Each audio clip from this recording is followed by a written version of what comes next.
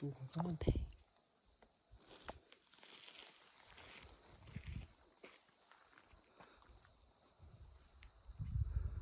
Fez um barulho aqui, gente. Rosnou mesmo. Parecia um gatinho. E depois fez um miado. De novo.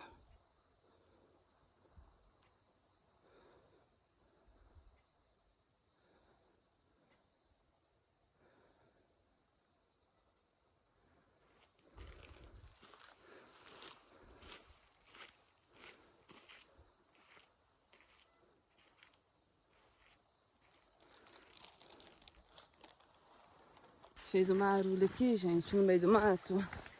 Eu não sei se no vídeo captou o barulho. Mas parecia um barulhinho de gato miando, Primeiro sabe? eu escutei um rosnado. Depois eu escutei miau. Pois é. Bem fininho. Eu Fez- não sei se a onça faz miado igual o gato, né? É um felino, né?